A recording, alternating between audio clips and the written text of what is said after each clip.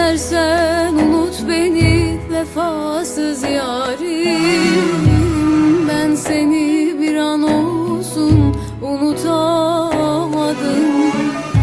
Sen istersen unut beni vefasız yarim.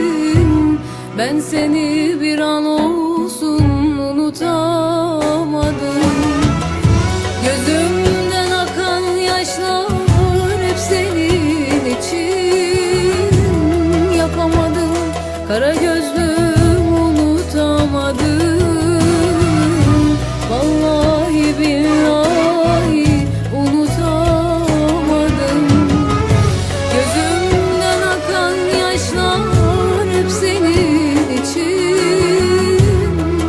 Yapamadım kara gözlüm, unutamadım. Vallahi billahi unutamadım. Unutamadım, unutamadım. Bir an olsun seni unutamadım. Unutamadım, unutamadım.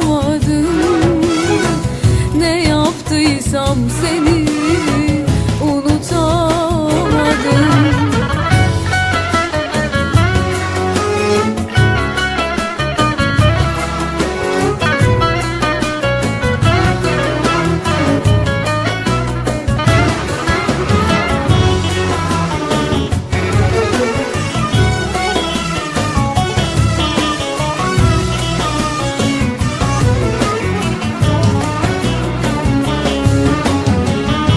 Başım alıp gittim uzak yerlere. Hayalinle türkü yazdım dillere.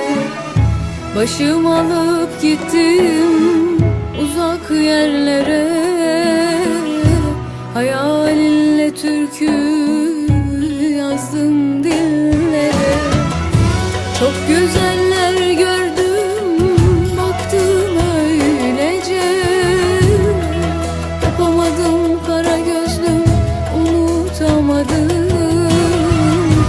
Vallahi billahi unutamadım. Çok güzeller gördüm, baktım